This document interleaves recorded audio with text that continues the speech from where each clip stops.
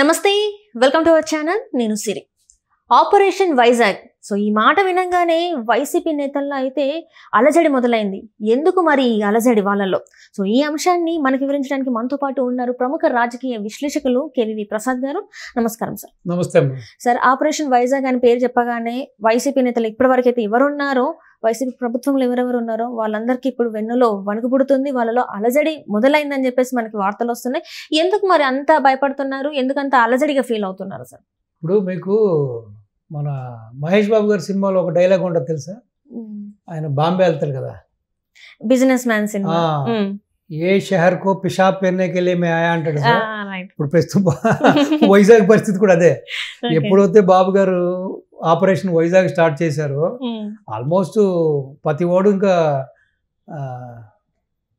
అంటే ఇప్పటికి కూడా పోలీస్ స్టేషన్లో చాలా మంది ఎవరైతే భూములకు సంబంధించి భూ కబ్జాలే కావచ్చు అసైన్ భూముల గురించి కావచ్చు ఎవరైతే బాధితులు ఉన్నారో వాళ్ళందరూ పోలీస్ స్టేషన్లో ఫిర్యాదులు చేస్తున్నట్టు మనకి వార్తలు వస్తున్నాయి ఫిర్యాదులు చేసేసరికి వీళ్ళలో వణుకు మొదలైంది అనుకున్నట్టు మనకి వార్తలు వస్తున్నాయి మరి ఇప్పుడు ఎవరెవరైతే అందులో ఉన్నారో ఆ నేతల్ని అరెస్ట్ చేసే అవకాశం ఉందంటారా ఎందుకంటే ఆల్రెడీ కొంతమంది నేతలు కనిపించట్లేదు మనకి సో మరి వాళ్ళందరినీ పట్టే పరిస్థితులు ఉన్నాయంటారా పట్టుకొచ్చి మరి విచారణ చేసే అవకాశం ఉందంటారా ఇప్పుడు రాజు తలుసుకుంటే దెబ్బలకు కొదవేంటని ఒక సామెత చెబుతారు కదమ్మా అలాగే ప్రభుత్వం తలుసుకున్నప్పుడు ప్రభుత్వ అధినేత తలుసుకున్నప్పుడు వీళ్ళంతా ఏంటి ఇప్పుడు జగన్మోహన్ రెడ్డి యొక్క అండదండలు చూసుకుని ఏ విధంగా విజయసాయి రెడ్డి వైజాగ్ని భ్రష్టు పట్టించాడు ఏ విధంగా భూ కబ్జాలకు పాల్పడ్డాడు తనకు సంబంధించిన తన అల్లుడికి సంబంధించిన తన అల్లుడు అన్నకు సంబంధించిన ఏదైతే కంపెనీల ద్వారా ఇటు cricket association Andhra cricket association కూడా వాళ్ళకే అప్పచెప్పి అక్కడున్న అసైన్ భూములన్నీ ఏ విధంగా కొట్టేశారు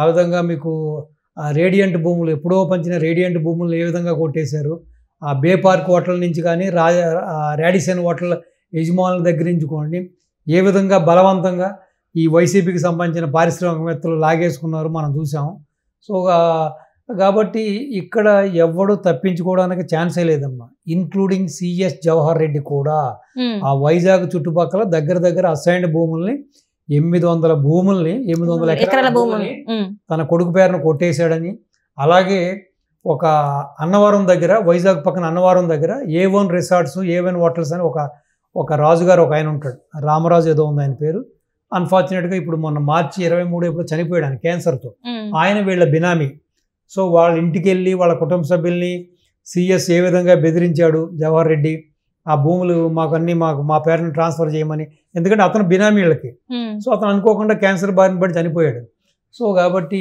వీళ్ళందరినీ కూడా ఒక ఆట పట్టించడం అంటే ఖాయం ఒకటి ఇది కాకుండా సామాన్యులు మధ్యతరగతి వాళ్ళు కొంతమంది వ్యాపారస్తుల భూములు ఇళ్ల స్థలాలు పొలాలు కూడా వీళ్ళందరూ కూడా ఈ వయసుకి సంబంధించిన ఐఏఎస్లు ఐపీఎస్లు ప్లస్ నాయకులు కూడా ఏ విధంగా లాగేసుకున్నారో మనం చూసాం సో కాబట్టి ఇప్పుడు ఎప్పుడైతే గవర్నమెంట్ మారిందో ప్రజలందరూ కూడా 1 by 1 బయటకు వస్తున్నారమ్మా బయటకు వచ్చి ఫిర్యాదులు వెల్లువెత్తుతున్నాయి సో డెఫినెట్గా బాబు గారు దీనికి సంబంధించి ఒక వార్ రూమ్ అయితే సెట్ చేస్తారు వైజాగ్లో సో ఒక రిటైర్డ్ తహసీల్దార్ తోటో ఎవరితోటో ఒక కమిటీ వేసి సో మొత్తం అప్పటికప్పుడు ఇన్స్టెంట్గా రావడం వాళ్ళు కంప్లైంట్ ఇస్తారు బాధితుడు సంబంధించిన ఎవరైతే కబ్జాకు బాధపడ్డాడో ఆ నాయకుడినో ఆ అధికారినో పిలిపిస్తారు అప్పటికప్పుడు ఇన్స్టెంట్గా ఇవన్నీ కూడా జరుగుతాయి కూడా డెఫినెట్గా మీరు చూస్తే కూడా ఇది కూడా చాలా పెద్దదమ్మా దగ్గర 50,000 కోట్ల రూపాయల ఒక ల్యాండ్ స్కామ్ సంబంధించింది ఇది అంటే మీరు చూసుకోండి ఈ యొక్క గవర్నమెంటు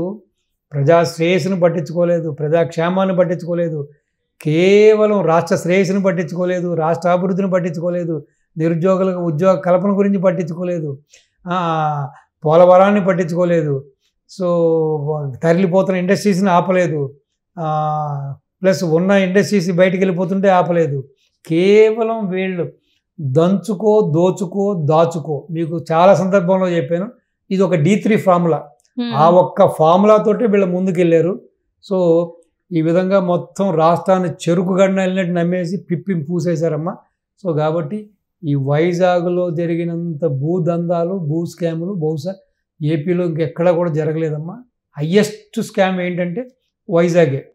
అంటే అక్కడ అనేక మంది అంటే బెదిరించి కూడా తీసేసుకున్నారు అని చెప్పేసి వార్తలు ఉన్నాయి చాలా మంది. అండ్ అక్కడ మనం చూస్తుంటే అంటే ఆ పార్టీకి చెందిన నేతనే తన భూమి కబ్జా అయింది అన్నట్టు కూడా వార్తలు వచ్చినాయి. ఆయననే గొడవ కూడా దిగింది మనం చూసాం.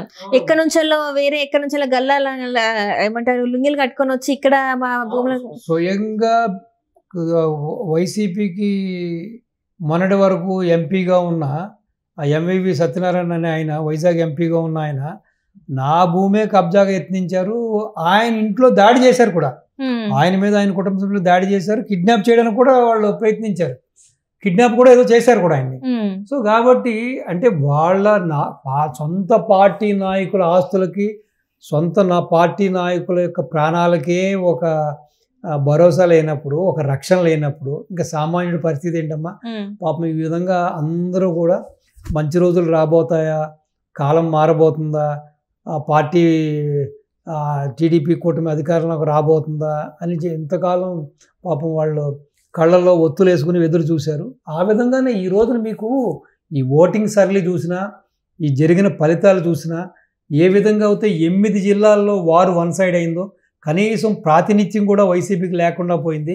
ఈవెన్ రాయలసీమలో 54 సీట్లు ఉన్న రాయలసీమలో కూడా 7 సీట్లకే పరిమితం అయింది. సో మొత్తం ఓవరాల్గా 11 సీట్లకే పరిమితం అయింది. కాబట్టి ప్రజల్ని వీళ్ళు ఎంత ప్రజాకంటకలుగా మారి ప్రజల్ని ఎంత బాధలు పెట్టుంటే, ఏ విధంగా ప్రజలు ఈ విధంగా బాధలకు లోనయ్యి ఉంటే ఇటువంటి రిజల్ట్ వస్తుందమ్మా. సో కాబట్టి డెఫినెట్గా వీళ్ళందరికీ శంకరగిరి మాన్యాలు తప్పవు. అతను సిఎస్ అయినా, డీజీపీ అయినా, ఐపీఎస్ అయినా, ఐఏఎస్ అయినా, ఎంత పెద్ద సీనియర్ పొలిటీషియన్ అయినా, వైసీపీ ఏ స్థాయి నాయకుడైనా కూడా డెఫినెట్గా వీళ్ళందరికీ కూడా కఠినమైన శిక్షలు ఉంటాయి. సేమ్ టైం ఎవరైతే బాధితులు ఉన్నారో వీళ్ళందరికీ కూడా న్యాయం చేకూరుతుంది. డెఫినెట్గా న్యాయం కూడా చేస్తారు బాబు గారు. అంటే 50,000 కోట్ల రూపాయల భూములు కబ్జాకు కూడా గురయ్యాయని చెప్పేసి మనకి వార్తలు వస్తున్నాయి. అంటే అది చిన్న మొత్తం 50,000 కోట్ల రూపాయలు అంటే అది అసలు ఎన్ని సున్నాలు ఉంటాయి కూడా మనకు తెలియదు. అన్ని మరి ఎలా సాధ్యమైంది అంటారు సార్ మరి వాళ్ళకి? ఇప్పుడు ఎలా ఉంటుందంటే అమ్మా, అంటే అన్నం ముఖం చూడనోడు, చాలా రోజులుగా సరైన అన్నపానీయాలు లేనోడికి, ఒక నిష్ట దరిద్రుడికి మీరు ఒక ఆకు నిండా పంచపక్ష భరణాలు పెడితే వాడికి అసలు ఏది ముందు తినాలి, ఏది వెనకాల తినాలి తెలియకుండా అవసరం వస్తే, ఇప్పుడు మనం సాధారణంగా ఏం చేస్తామమ్మా, ముందు అన్నీ తిన్న తర్వాత లాస్ట్లో పెరుగన్నం తింటాం. వాడు ముందు పెరుగన్నం తినేస్తాడు, ఎందుకంటే వాడికి పాపం నిజంగా తెలియదు కదా. వాడు ఒక నిష్ట దరిద్రుడు. వాడు ఎన్నో రోజుల నుంచి ఈ ఆకలితో అలమటిస్తూ ఉన్న వాడికి పరిస్థితి అటువంటిది. అదే సేమ్ ఈ వైసీపీ నాయకులు, వైసీపీ యొక్క సంబంధించిన వీళ్ళందరి యొక్క వ్యవహార శైలి కూడా అదే. ఒక్కసారిగా అధికారంలోకి వచ్చేటప్పటికి వీళ్ళందరూ కూడా పేటరేగిపోయి, రెచ్చిపోయి, ఈ విధమైన దోపిడికి దిగిపోయి రాష్ట్రాన్ని ఈ విధంగా దోచేశారమ్మా. ఎక్కడ కూడా వీళ్ళు ఇప్పుడు రాజకీయంలోకి వచ్చేది ఏంటమ్మా, ప్రజలకు సేవ చేయడానికే కదా. అటువంటిది రావడం ఒక అలీబాబా 40 దొంగల్లాగా మన సినిమాల్లో చూస్తూ ఉంటాం కదా, కొన్ని కథల్లో చదువుతూ ఉంటాం. ఏ విధంగా అయితే ఇప్పుడు చెంబల్లోయ అనో, అటు పూలాందేవి అనో, వీళ్ళందరూ కూడా బందిపోటు దొంగలు ఏ విధంగా సడన్గా గుర్రాలు వేసుకొచ్చి ఒక గ్రామాల మీద పడిపోయి ఏ విధంగా ప్రజల్ని దోచుకుని వెళ్ళిపోతారన్నది మనం చూసాం. సో అదే పరిస్థితి ఈ రోజున ఆంధ్ర రాష్ట్రంలో ఏర్పడింది. అదే పరిస్థితి ఈ గత 5 ఏళ్లలో వీళ్ళు కేవలం ఏదో కొన్ని ఆ యొక్క సంక్షేమ పథకాలు ఇవ్వడం తప్పించి కేవలం వీళ్ళు చేసిందంతా ఇదేనమ్మా, భూమాయ, భూదోపిడి, ల్యాండ్, శాండ్, వైన్, ఈ దోపిడీ చేశారమ్మా వీళ్ళంతా కూడా. సో కాబట్టి ఈ వైజాగ్ అనేది ఆల్రెడీ గుండెల్లో రైలు పరిగెడుతున్నాయి వీళ్ళందరికీ కూడా. డెఫినెట్గా బాబు గారి యొక్క వ్యవహార శైలి కానీ, ఆయన ఎలక్షన్ జరిగిన మరుక్షణం నుంచి రిజల్టు ఈ అనౌన్స్ అయిన మరుక్షణం నుంచి ఈవెన్ సీట్లో కూడా కూర్చోకుండా తనదైన మార్కు, ఆ యొక్క డెవలప్మెంట్ రాజకీయమే కాకుండా ఒక డిఫరెంట్ బాబు గారు అయితే నాకు కనిపిస్తున్నారమ్మా. డెఫినెట్గా బాబు గారి యొక్క మార్పు రాజకీయం కనిపిస్తుంది. కాబట్టి డెఫినెట్గా వీళ్ళందరికీ ఏమంటారు దాన్ని, బ్యాండ్ బజాయిస్తారు. సో చూద్దాం ఇంకా ఎన్ని అక్రమాలు, ఇంకా ఎన్ని వెలుగులోకి వస్తాయో, ఇంకా ఎన్ని అన్యాయాలు బయటకు వస్తాయో, ఇంకా ఎంతమంది నాయకులకి శిక్షలు పడతాయో చూడండి. మీరు wait and see. Right sir, right. Thank you so much sir. నమస్తే అమ్మా. Thank you.